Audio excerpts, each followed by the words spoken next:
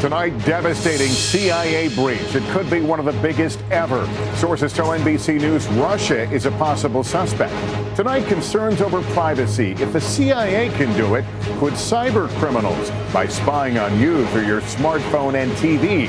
How to protect yourself. Critical condition, facing a growing internal revolt over the GOP's Obamacare replacement plan. President Trump makes a hard sell. Hospital attack horror. ISIS suicide bombers disguised as doctors and military commandos make a daring invasion. Massive fire emergency tonight, rapidly exploding out of control. Hidden costs. Patients hit with major fees that insurance won't cover because of two words buried in the fine print. And inspiring America, an ex-NFL pro changing lives. Nightly News begins right now. From NBC News World Headquarters in New York, this is NBC Nightly News with Lester Holt. Good evening. The CIA is urgently assessing the impact of what may be one of the most damaging exposures of vital secrets the agency has ever experienced. Purported details released by WikiLeaks of how the CIA is able to turn personal and home devices into potent eavesdropping tools for spying overseas. In short, the keys to the agency's cyber arsenal. Tonight, NBC News has learned a scramble is on within the CIA to find the source of the leak, possibly one of their own. We get details from NBC's Andrea Mitchell. Tonight, the CIA and the FBI racing to find out who is behind what could be one of the worst U.S. intelligence breaches in modern history. That bombshell release of thousands of documents WikiLeaks claims were stolen from the CIA.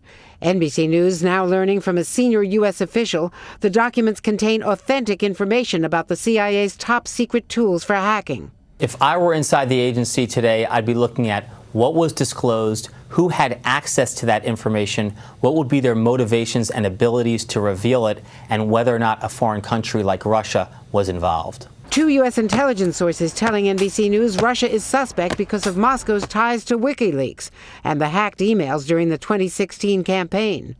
Could Russia have hacked the CIA? Or a worse nightmare, could there be a mole, a spy inside the CIA working for Vladimir Putin? Other possibilities, a leak from British intelligence partners or the U.S. consulate in Frankfurt, headquarters for the CIA's hacking operation. It is a major leak of material, and how they got it will be preoccupying the CIA for weeks to come. Another key question, how badly has the CIA's critical mission been compromised? What this does is reveal not just U.S. capabilities, but it gives a roadmap to America's enemies as to not only how to defend against these capabilities, but also how to use them. The fear terrorists and others overseas could have a playbook for how the CIA hacks into their smartphones, smart TVs and computers, even into encrypted apps like Signal and WhatsApp. The CIA officials tell NBC News knew there was a breach late last year, but not what it was. And now there's political fallout at a White House already at war with the agency. I think the idea that we are having these ongoing disclosures of national security and classified information should be something that everybody is outraged in this country. Tonight, WikiLeaks is claiming that they've released only 1% of what they've got. Inside the CIA, tonight the hunt is on. Former officials say likely checking operatives' travel schedules, their contacts, even bank accounts, trying to find the source of the leak. Lester? Andrea Mitchell tonight. Thank you, Andrea. The fallout from this breach is far-reaching into millions of American homes. Some tech companies say they've already addressed some of their vulnerabilities, but that still leaves a lot of American families asking if the CIA can do it overseas. Do cyber criminals here at home have similar capabilities to spy on you through your smartphone or TV in your home? Here's NBC's Tom Costello.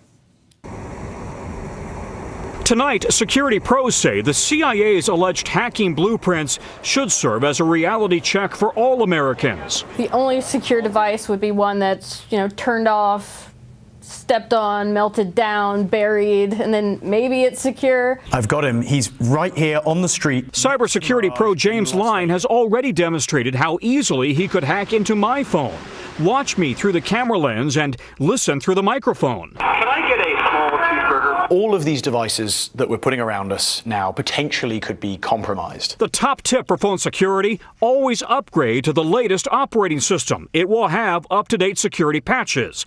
If you're really worried, tape over the camera, turn off the location services, and the cloud backup. Apple tells NBC News many of the vulnerability issues leaked today were already identified and patched in its latest operating system. Among the CIA's tactics revealed on WikiLeaks, hacking into Samsung TVs even when they were off, then listening to ambient household conversations. Samsung says it's urgently looking into the matter. The vulnerability is no secret. It's the Wi-Fi. The solution is simple. Turn off the Wi-Fi or pull the power. While it's illegal for the CIA to spy on U.S. soil, security experts say hackers and spies are constantly buying, stealing, and trading techniques and software. Americans are going to have to get used to when they buy these smart gadgets, they're going to have to update them just like we update our desktop computers today. The chilling reality, a cyber underworld is always trying to break in. Tom Costello, NBC News, Washington. Now to the growing revolt inside the Republican Party over the GOP's plan to replace Obamacare. A hard sell for GOP leaders, stressing that these are just the beginning stages, expressing confidence they'll win enough support to get it done. And President Trump getting involved in a full-court press as millions of Americans' health care hangs in the balance. Here's NBC's Hallie Jackson. After campaigning on his art of the deal, everybody wants me to negotiate. That's what I'm known as a negotiator. The ultimate test now of whether he can close one. President Trump hard selling health care with the bill he backs in big trouble, even with conservatives. They understand that this is just Obamacare with a different label. The far right frustrated with what's in the bill, like tax credits. Moderates more worried about what's not in it, like keeping Medicaid expansion long term. But for the president, passing this is personal after he spent months making this signature promise. Repeal and replace Obamacare. We will repeal and replace Obamacare. We're going to get health care taken care of in this country. So to sell resistant Republicans, he's offering not punishment, but olive branches. Bowling night for some conservatives. Others asked to dinner, like one tonight with skeptical Senator Ted Cruz. The bill as written is not going to pass the Senate. Its cost won't be clear until the official estimate comes out next week, with the White House preemptively working to wave off a number that could be too expensive for the GOP to get behind. Lawmakers today officially started the process to pass the plan. Do you think there's going to be a lot of changes? No. No changes? No, absolutely not. That could be a problem. A GOP source says the House Speaker is privately telling his members the president has their backs, both betting they can get this done together. This is an all hands on deck because you know what? We all ran on repealing and replacing Obamacare. Well, this is going to be Donald Trump's biggest sales job because this is emotional. It is personal. There are winners and losers. The AARP and multiple medical associations have now come out opposing this bill as the president focuses on not just health care, but filling key administration positions. A source close to John Huntsman confirms to NBC News he was offered the job of ambassador to Russia and has accepted. The former Utah governor, of course, had been a big critic of the president's during the campaign. Lester? Hallie Jackson at the White House. Thanks, Hallie. There is a growing death toll as wildfires explode out of control across several states.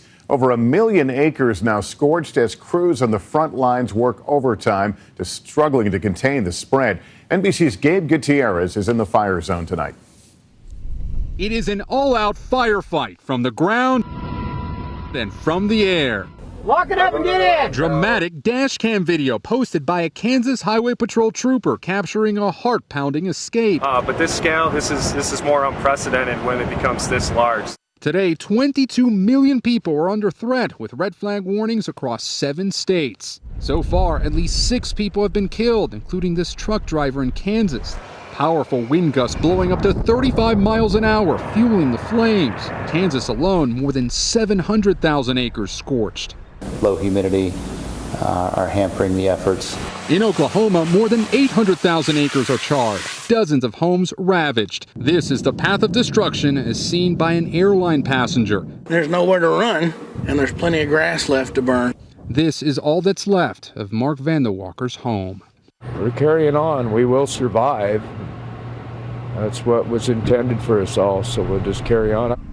Tonight, he and his neighbors are hoping the worst is over. Oklahoma's governor has declared a state of emergency for 22 counties. Tomorrow, authorities here are hoping that lower wind gusts will help firefighters. But the battle won't be easy, especially with no significant rain in the forecast until this weekend. Lester? All right, Gabe Gutierrez in Oklahoma tonight. Thanks. Now to a deadly attack at a hospital in Afghanistan. It was carried out by ISIS gunmen disguised as doctors. It happened in Kabul, just yards from the U.S. Embassy, and when it was over, at least 30 people were killed. Our chief foreign correspondent, Richard Engel, has more tonight. Afghan commandos landed on the roof of Kabul's main military hospital as 4 ISIS gunmen were inside, some disguised as doctors, moving from ward to ward. I was in the operation room when a suicide bomber in a white doctor's uniform came in, said a doctor. I fell to the ground. Then he shot my colleague. A local TV station caught terrified men hiding on narrow windowsills during the 6-hour siege. They were firing at doctors, visitors, and patients. I hid under a desk, said a man visiting a relative. The U.S. Embassy in Kabul is just a few blocks away. The embassy condemned the attack. No staff was reported hurt. At least 30 people were killed in the assault, including, the government said, the attackers. It follows 2 similar raids in Kabul on Afghan police and intelligence officers just over a week ago. That attack was claimed by the Taliban, one of several groups now competing for control. Even with around 9,000 U.S. troops in Afghanistan, much of that country remains lawless. And ISIS is exploiting that to try and set up a new base as it faces increasing pressure in Iraq and Syria. Lester? Richard Engel, thank you. Tonight, 2 victims are stepping forward for the first time from that photo scandal rocking the Marine Corps. The women are part of a group of more than 24 whose photos, many of them nude, were posted on a Marine social networking site without their knowledge. A sweeping investigation is underway, and NBC's Miguel Almaguer has the new fallout.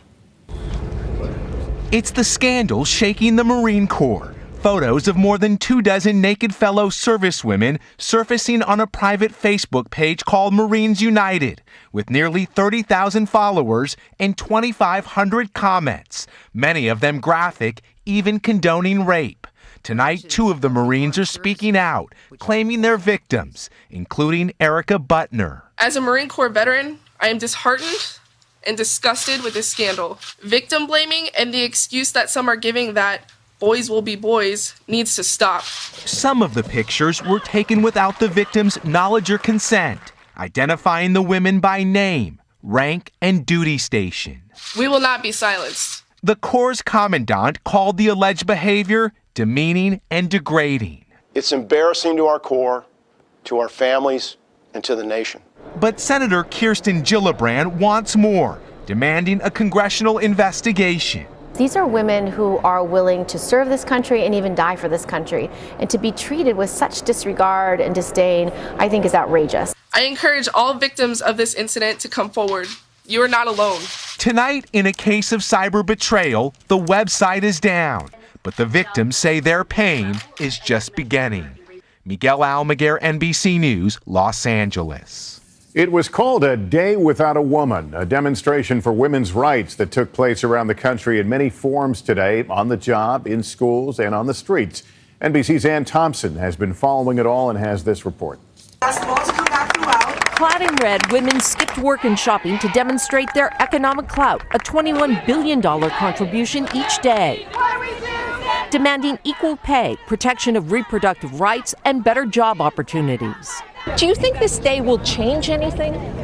I think so. I think seeing the amount of people and what we want to change, you can't ignore this. Hit hard the nation's schools, where women make up 76% of teachers. No classes today in districts in Maryland, Virginia, and North Carolina, angering some parents. I didn't get the chance to take the day off. Why should they? Symbols spoke volumes. A statue of a little girl now facing down Wall Street's famous bull. You see her changing, perceptions and stereotypes. Though much smaller than January's Women's March, its target's still the same: President Trump. Love, not hate, makes America great. Many, like these moms, looking to the future. And what do you hope for your daughter? I hope that she doesn't have to march for her rights. A day without women, with much work left to do. Ann Thompson, NBC News, New York. Still ahead tonight, the thing that hospitals now have to tell you, and it could save you thousands of dollars. We're back now with a major development in a story we first reported here 3 years ago. It's about people who go to the hospital and have no idea they'll end up paying big medical bills for rehab services. It all comes down to two simple words in the fine print. Today, a new law written in response to our reporting went into effect. Our national correspondent Kate Snow tells us more. This is for the internet. 3 years after breaking her leg, MJ Briku is struggling financially and still feels taken advantage of. I was mugged. I think that's an appropriate word to use, you know. Good.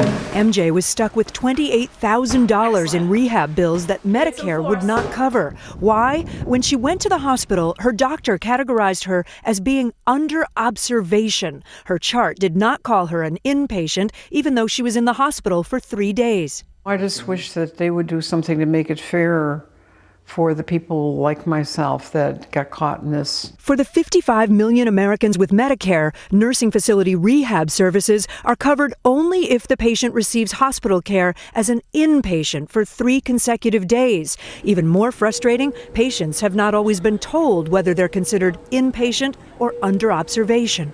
That changes as of today, says patient advocate Judy Stein. What changes now? For the first time, the federal government is mandating, requiring all hospitals to tell people if they're in outpatient observation status. That means verbal and written notification, but there is still a catch. So a doctor could now tell you, Kate, you're under observation status, but can you do anything about it? All you can do is complain and urge them to change that. To fight back, she recommends ask if you'll need rehab. Make your case while you're still in the hospital. Talk to the hospital doctor, the discharge office, even enlist the help of your personal physician. MJ is now dependent on Medicaid, unsure if she'll ever get out of debt. I don't buy anything personally for myself. Basically, I just pay off my bills and try to pay off my debt. Patient advocates say there's still a lot more to be done, and members of Congress are pursuing more action to address this head on. But Lester, at least people will now know when they may need to fight being under observation This is important information. We'll all look at the paperwork. Yeah. Thank you, Kate. When we come back, a terrifying moment for some firefighters. A big scare today for the University of Michigan's basketball team. After attempting to take off in high winds, the crew of the team's plane decided to abort the takeoff. They had to slam on the brakes. The plane slid off the runway. Officials said no one was seriously injured. The team was on its way to Washington, D.C. for the Big Ten tournament. Take a look at this, caught on camera in Palm Beach County, Florida. Firefighters about to enter a burning home when suddenly a backdraft. Flames bursting out the floor. The phenomenon occurs when a sudden rush of air serves as fuel to a hungry fire and it explodes. 2 firefighters suffered minor injuries. And in Arkansas, it was all captured by police dash cam. A college student was stopped for driving slowly with a bad brake light. So to prove he was sober, he decided on a novel approach. He happens to be a magician and took out his juggling pins to put on a show as the officer watched. The officer was impressed and case closed. When we come back, how this former NFL player is inspiring America by giving new hope to those who may have lost it. Finally tonight, a man who knows something about winning and losing, having played football in the NFL. But he found his true calling after leaving the game. Joe Fryer tonight on how he's inspiring America. Soft, quiet. Think about being 50-50 in your front foot and your left foot. Right? It's hard to believe. Yeah. Good. The larger-than-life presence that dominates this Dallas gym nice could ever be called irrelevant. Yet in 2008, David Vobora was named Mr. Irrelevant, the title given each year to the football player picked last in the NFL draft. Even as possible. I know it's painful. The name didn't stop him from succeeding as a pro, but eventually a shoulder injury did. And my lack of identity outside of football was what ultimately led me to coping and just stuffing pain pills down my throat rather than addressing the person staring back at me at the mirror. With his life in a downward spiral, the gym became Vobora's sanctuary. He found purpose training athletes. Massage is free today. Then found his calling working with amputees. Many of them veterans like Kenny Kalish, who lost both legs and an arm while serving in Afghanistan. He doesn't let you give up on yourself because he won't give up on you. Vibora now runs the Adaptive Training Foundation, which offers an intense 9-week program for athletes with disabilities, working on their bodies and minds. They see themselves as broken, and what we're trying to show them is that, what is once broken can be revived with a new purpose. Chris Schaefer came from Colorado. Change my life. He's a police officer who, after multiple knee replacements, had to amputate his leg. At your lowest point, what did you think? I didn't want to wake up. Now, after just a few weeks here, rapid fire, big swing. His confidence is returning, all thanks to a man who's anything high five me, but irrelevant. Boy, I owe him everything at this point. Everything. What's up, bro? Joe Fryer, NBC News, Dallas. We did it. That's going to do it for us on a Wednesday night. I'm Lester Holt. For all of us at NBC News, thank you for watching and good night.